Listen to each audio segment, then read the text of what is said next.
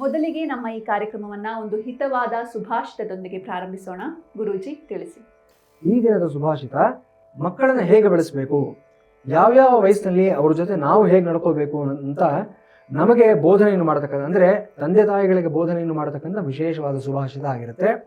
ಈ ಸುಭಾಷಿತದ ಸ್ವರೂಪ ಈ ಪ್ರಕಾರ ಇದೆ.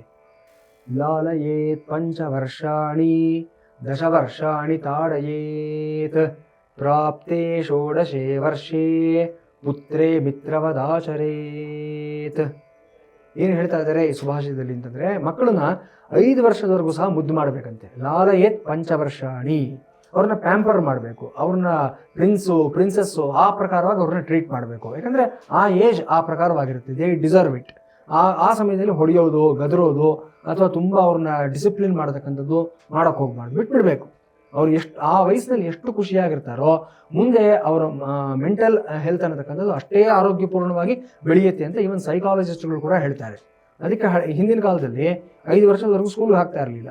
ಅವ್ರಿಗೇನು ಕಟ್ನಿಟ್ಟು ಡಿಸಿಪ್ಲಿನ್ ಏನು ಹೇಳ್ಕೊಡ್ತಾ ಇರಲಿಲ್ಲ. ಇವತ್ತಿಗೂ ಅಷ್ಟೇ ಜಪಾನ್ ಅಂತ ಕೆಲವು ದೇಶಗಳನ್ನ ಹೋಗಿ ನೋಡಿದ್ದಾದಲ್ಲಿ 6-7 ವರ್ಷ ಆಗೋವರೆಗೂ ಮಕ್ಕಳಿಗೆ ಯಾವುದೇ ಡಿಸಿಪ್ಲಿನು, 8 ವರ್ಷದವರೆಗೂ ಅಷ್ಟೇ ಯಾವುದೇ ರೀತಿಯಂತ ಅವ್ರಿಗೆ ಒಂದು ಮಾರ್ಕ್ಸು ಅಥವಾ ಒಂದು ಡಿಸ್ಟಿಂಕ್ಷನ್ನು ಈ ಥರದ್ದು ಯಾವುದೇ ರೂಲ್ಸ್ ರೆಗ್ಯುಲೇಷನ್ಸ್ ಏನು ಇಡೋದಿಲ್ಲ. ಅವ್ರಿಗೆ ಫ್ರೀಯಾಗಿ ಬಿಟ್ಟಿರ್ತಾರೆ, ಪ್ರಕೃತಿ ಜೊತೆ ಓಡಾಡೋದಕ್ಕೆ ಬಿಟ್ಟಿರ್ತಾರೆ. ಅವ್ರಿಗೆ ಎಲ್ಲ ಅವ್ರ ಕುತೂಹಲದಿಂದಾನೇ ಕಲ್ತ್ಕೋಬೇಕು. ಅವ್ರು ಏನು ಪ್ರಶ್ನೆಗಳು ಕೇಳಿದ್ರು ಆ ಪ್ರಶ್ನೆಗಳಿಗೆ ಉತ್ತರವನ್ನು ಅವರೇ ಕಂಡುಕೋಬೇಕು ಅನ್ನೋ ಒಂದು ರೀತಿಯಲ್ಲಿ ಅವ್ರನ್ನ ಸ್ವಚ್ಛಂದವಾಗಿ ಬಿಟ್ಬಿಟ್ಟಿರ್ತಾರೆ.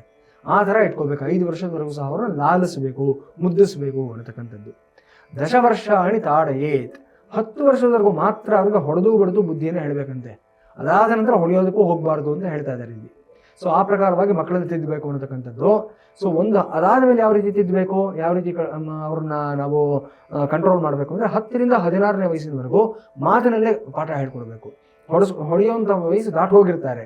ಆದರೆ ಅನ್ಫಾರ್ಚುನೇಟ್ಲಿ ಇವತ್ತು ಅಷ್ಟೇ ನಾವು ಎಷ್ಟೋ ಜಾಗಗಳಲ್ಲಿ ಮಕ್ಕಳಿಗೆ ಶಿಕ್ಷೆ ಕೊಡುವಂಥದ್ದು, ಈವನ್ ಹೈಸ್ಕೂಲ್ ಕಾಲೇಜ್ ಹಂತಕ್ಕೆ ಬಂದಂಥ ಮಕ್ಕಳನ್ನು ಸಹ ತಂದೆ ತಾಯಂದಿರು ಎಷ್ಟೋ ಬಾರಿ ಅವ್ರನ್ನ ದಂಡನೆ ಕೊಡ್ತಕ್ಕಂಥದ್ದು ಅಥವಾ ಅವ್ರನ್ನ ಡಿಸ್ಕರೇಜಿಂಗ್ ಆಗಿ ಮಾತನಾಡ್ತಕ್ಕಂಥದ್ದು ಇವೆಲ್ಲ ಮಾಡ್ತಾ ಇರ್ತಾರೆ.